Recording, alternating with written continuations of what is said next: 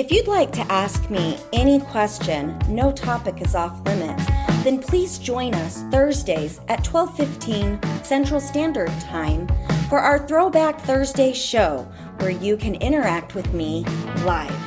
For more information, please visit our Daisy Girl Communications Facebook page or email me at daisygirlcommunications@gmail.com. You know, Luna says something in their book that I read, I wrote it down, but like somebody was going and listening to and already knowing that this organization was a cult. They were going in there really just to study the way that they're doing recruitment. And we're going to talk about recruitment later. But they said that even knowing what I knew, by the end, I was swept up in the emotion and I had to detangle myself from it because I found myself sort of getting convinced, even knowing what I know. And so it can be really important to say, whoa, this just like pissed me off. Let me step back. Let me take some time to process the emotion and then go back to it with a more level head or an academic brain. Well, and that's because if we can hijack somebody's emotional state, we have a lot more power to muddle up their rational, logical thinking.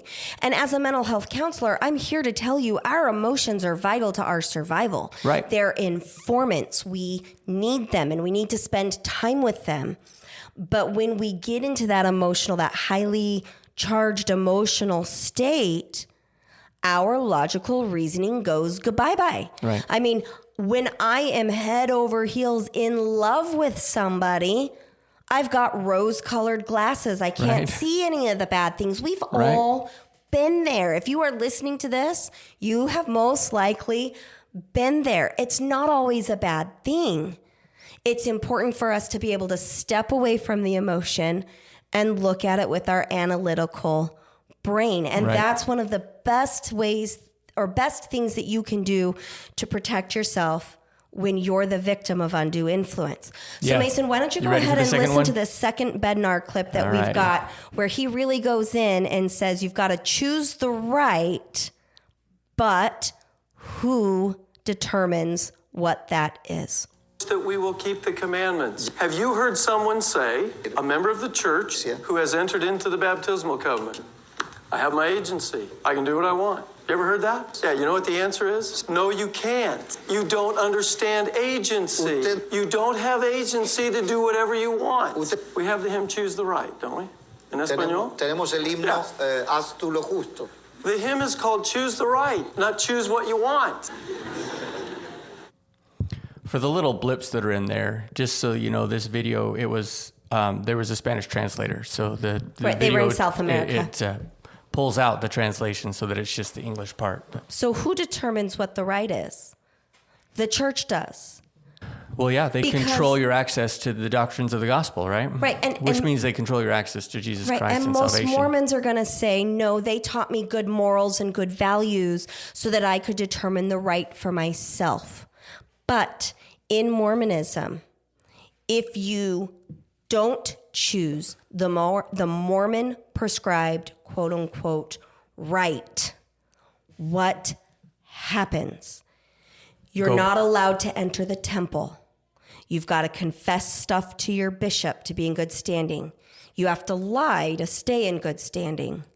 You'll get ostracized. You'll get cut off from your family. Look at the hundreds of thousands of people who have left. Go over and listen to the Mormon Stories podcast and listen to how many of those individuals talk about being shunned or kicked out of their communities or thought of as dangerous. I know at our house, people loved coming over and hanging out. They would let their kids come over and hang out. We did lots of activities with lots of the youth. Sarah left the church.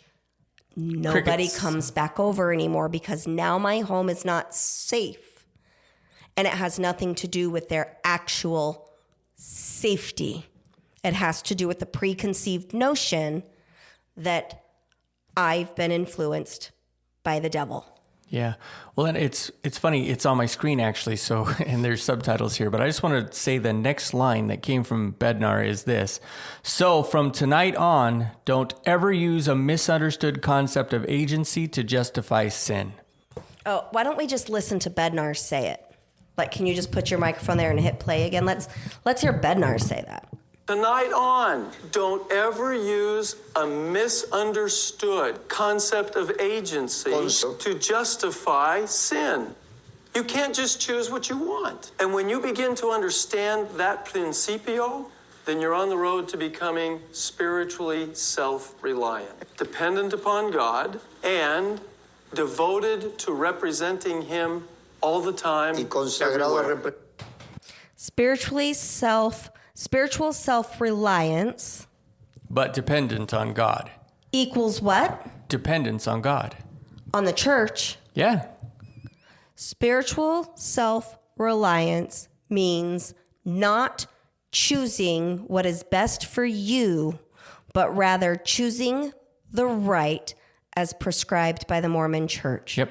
If that is not undue influence, I don't know what is. Because they hold all the cards. If you want to get to the celestial kingdom and live with God again, if you want to be with your family again, they hold all the cards. You have to do it their way. There is no other way.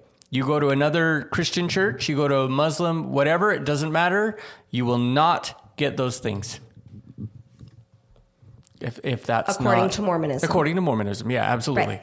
Right. If that's not undue influence, I hold all the cards. You will do what I say. I'll go back to what Lehi said in 2 Nephi 2. You can choose life or you can choose death. Right. There is no other way. Yep. Undue influence.